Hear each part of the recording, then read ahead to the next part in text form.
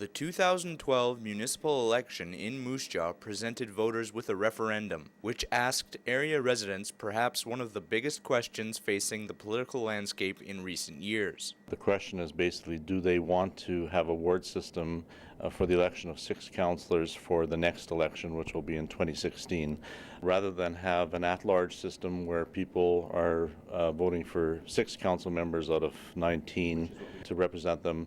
They would be voting for one person to represent their area. Due to the fact there are 6 councillors for the city of Moose Jaw in the present at-large system, Moose Jaw would be divided into 6 zones. The process for determining area boundaries is based on census data.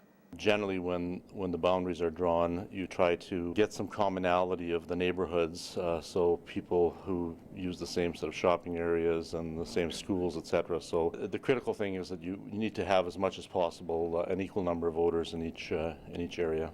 The best example of a ward system in place in a city of similar population is Prince Albert. With a population base of roughly 35,000 people, Prince Albert is divided into an 8-ward system. What they do is they take health statistics and any other statistics they have in terms of population to break down the city in terms of where people live.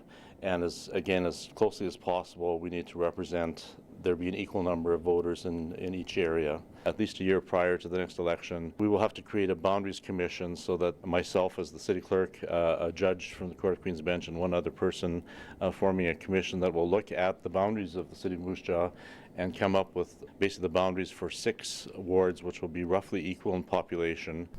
Under a ward system, you'll be having 6 set wards, geographic areas, neighborhoods, and you vote for one person in one ward where you live. Anybody in a city can run any ward they want to. There's a lot of pros and cons, and in some cities, in some larger cities especially, the systems have run into politics, party politics, where you have political parties running candidates as just they do on the provincial and federal levels. Those are issues I think some people don't think of. Is the city too big to elect your 6 councillors from across the city? If you feel that way, well, then you want a ward system. But the other issue to me is, why would I give up the right to choose up to 6 councillors? I don't have to choose 6, I could choose 2, 3, 4, 5, or 1 for the right to choose just one. For Shaw TV in Moose Jaw, I'm Brett Hopper.